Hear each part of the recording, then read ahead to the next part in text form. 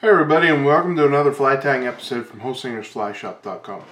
Bringing you a nymph pattern today, a very nice simple nymph that will work great as a really small stone fly. I like the color on this, it matches our golden stones around here. Great thing about stone flies is you get them in all sizes in the stream because they're in there for a year. You know, they're always growing, and so you see them in all different sizes in the stream. So it's important that you have them in different sizes too. This is a nice small one. I tend to go a lot smaller, especially as the season goes on. You know, I might start out big right in the beginning, like April. I might be fishing a big stone fly. As I progress into May and into June, I'm going to drop down a lot. Go with a smaller fly. This is going to be a great anchor fly with that big heavy bead on there. So can think about that too. And you're going to like this fly. Like I said, simple to tie, and it's going to catch a fish. So let's not talk too much more about it, and let's get into tying it. Here you're going to see it in the vise, and then the material is to tie it.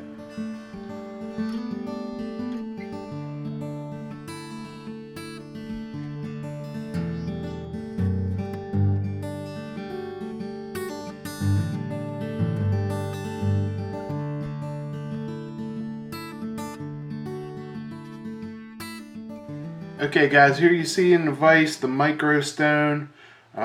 Cool looking little jig fly. Going to be a great point fly because it's got a little weight to it. So let's get into tying it.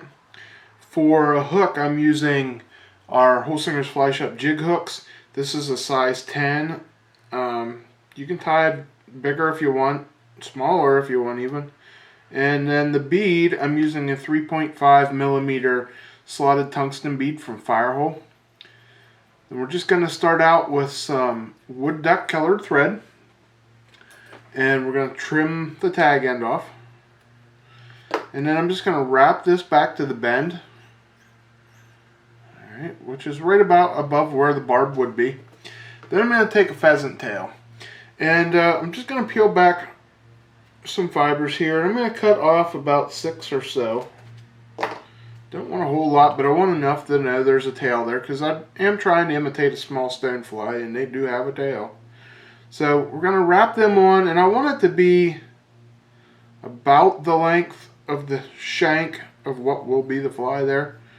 And making this tail a little bit long is not a big problem. It's a little longer than I do want though. Let's just adjust that. That right there is about where I want it. And I'm just going to wrap this up, and then you can just pull these fibers off. They pull off pretty easy. Next thing we're going to use is some Brassie gold ultra wire. Brassie is the size. And just going to cut a couple inch piece off of there, and I'm going to tie it onto the bottom, which would be the top of the fly, but tie it on there and take it right back to that tail. And now we're going to come in with our first piece of dubbing, and for that dubbing I am using Red Squirrel Nymph Abdomen from SLF Whitlocks dubbing blends, and pattern blends I should say. And I'm not going to use a lot of this. Well, I'm going to keep it thin is what I should say. It's going to take me a little bit to get up the body here, but I'm going to keep it thin in doing so.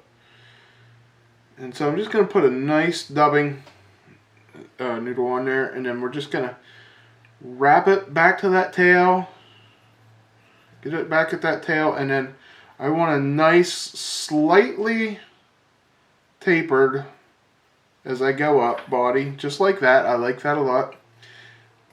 Maybe a little bit big, but thick I should say. But then we're just gonna wrap our rib on here. Now if you want, you could go with a darker color rib to offset it a little bit. I'm just putting this on here just for a little extra flash. Make 2 or 3 wraps, and then I'm going to tie that off. Next thing I'm going to do is, if I can pick it up, I'm going to take a brown round rubber leg, and I'm going to cut 2 pieces about 1.5 inches each long. And then I'm just going to tie one on each side. And I'm just going to hold it on the side and make 1 or 2 wraps to get it where I want it.